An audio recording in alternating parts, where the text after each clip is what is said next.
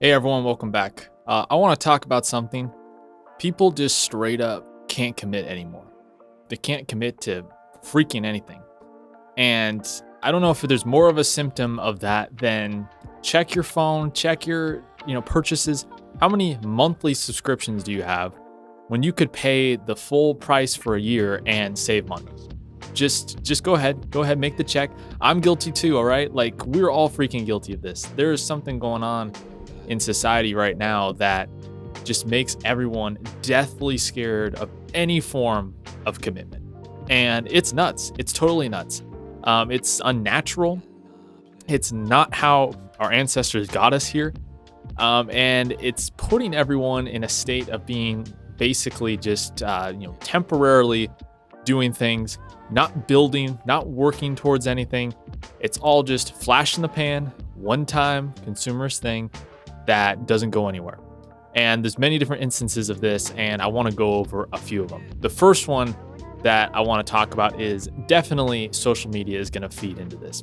And I do feel like on a lot of these like self-improvement channels or channels that are trying to help you, move forward in life, there's just like a blanket blame placed on generic social media, which look, it's a problem. It's weaponized by some powerful people who want to make society worse.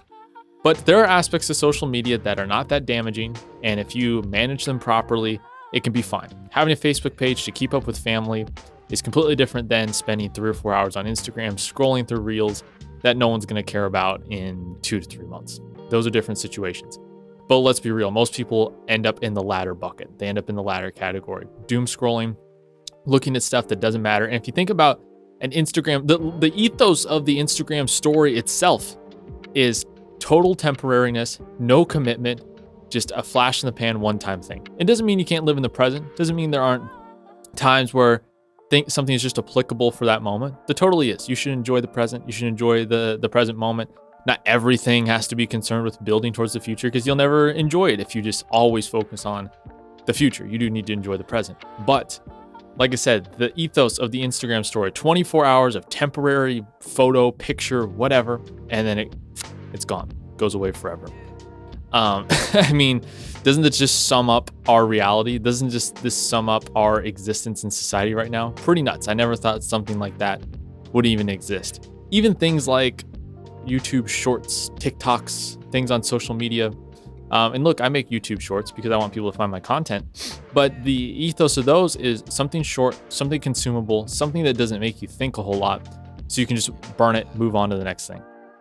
Totally temporary, totally not meant to help you think about your life, think about how to build towards something better, improve yourself, make yourself commit to a goal. It's just a quick turn and burn sort of thing. It's like opening a candy bar. 2 minutes later, you chew it up, it's done. And sometimes things have a purpose like that, but when everything becomes that, everything becomes the quick thing, you end up with a very shallow, meaningless existence. Let's move on to something everyone likes to talk about, dating apps. Dating apps sum this up perfectly. Dating apps have caused people to have just crippling inability to commit to anything. Think about your father or grandfather in their small town of 10,000 people. They're in a high school. There's 80 girls. Guess what? Global dating markets didn't exist. Dating apps didn't exist. Your grandfather was going to go work in the town factory or shoe shiner store after he graduated high school, maybe went to college, and he would find a girl that was compatible with him, similar in looks, and they would get together. There were no endless options. There was no scrolling and shopping for people, which, let's be real, dating apps is just a way for you to shop for other people to spend your time with. Totally insane, totally psychotic, if you ask me. Now, doesn't mean good things can't happen on dating apps. Doesn't mean people can't meet. There are some genuine people on there. But as a whole, the experience, the package, what you're buying into is a temporary thing where you shop for other people. And this puts people in a debilitating state where they have endless options. Studies have been done on this. When people have either 2 flavors of ice cream to pick one or one, like they have chocolate or vanilla, and they have to select one, they are much more satisfied when they had 50 flavors to choose from and they had to pick one flavor. If you have 50 flavors of ice cream, different shades of chocolate, vanilla, whatever suits you, whatever strikes your fancy, If that's what you had to pick from, you're gonna be like, oh, I liked fudge brownie, but I could have picked chocolate sauce, cookies and cream. What if I would have done that? And you're gonna end up unsatisfied eating your fudge brownie. When if you would have just had two options or one option, all you had was fudge brownie option, you're like, well, I guess that's the only one, so I might as well take it. People end up more satisfied. Now extrapolate this to the dating market. Oh, I like this person, but this person that I just scrolled on has this feature that I like, or this attribute, or whatever. You can go on and on. Numerous channels have covered this. And this leaves you completely in a state where you're chatting with multiple people trying to add up their attributes like a video game. And this is where the part where video games come in and programming people to think this way. So both consumerism, both aspects of capitalism, and video games train people to think in a transactional, attributic, numeric way, value way about everything. Everything has to be evaluated in that sense. Everything has to be reduced to just sort of numbers and marking things that way. And so now you're trying to like almost build out your perfect character in a video game by shopping for people to date. Total disaster, because there's so much more to dating and finding people you're compatible with than just looking at a couple profile pictures and a few blurbs of their description. And so no wonder the dating market is a total train wreck. Now, obviously, different red pill topics like hypergamy play into this, of course, but no wonder people are just completely disillusioned with it, completely wandering about like they don't know what they're doing, because that is not a path for success. And if you're not a part of that game, awesome. You're doing yourself a service, in my opinion. But because of that, because people know in the back of their mind, oh, there could be a better option. There could be something better. They're unable to commit to the thing in front of them. They're unable to commit to the good thing that they have because they know maybe I can get something better.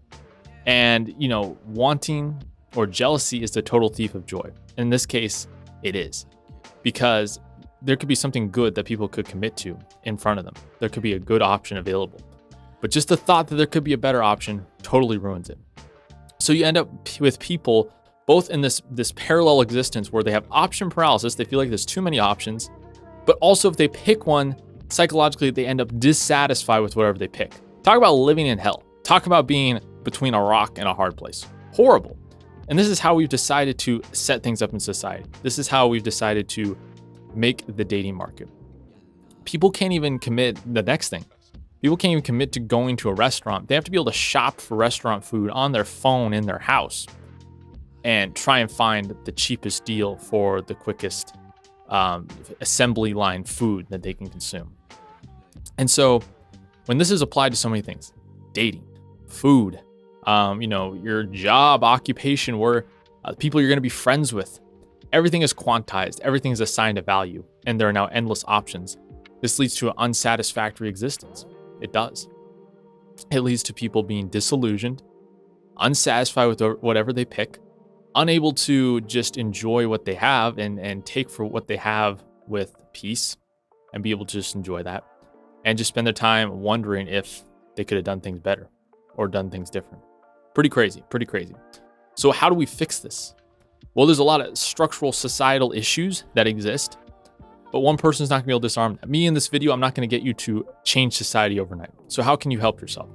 One, find a way to limit your options. Not in a bad way, but in a good way.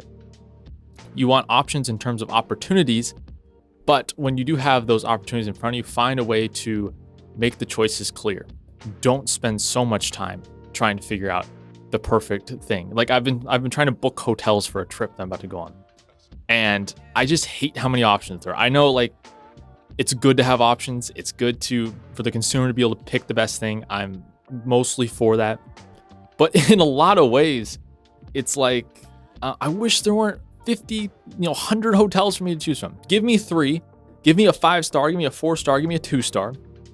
Show me a few reviews, and I'll be satisfied with the one I pick. What do I do instead? I spend hours searching for the one because I want to get the best possible one.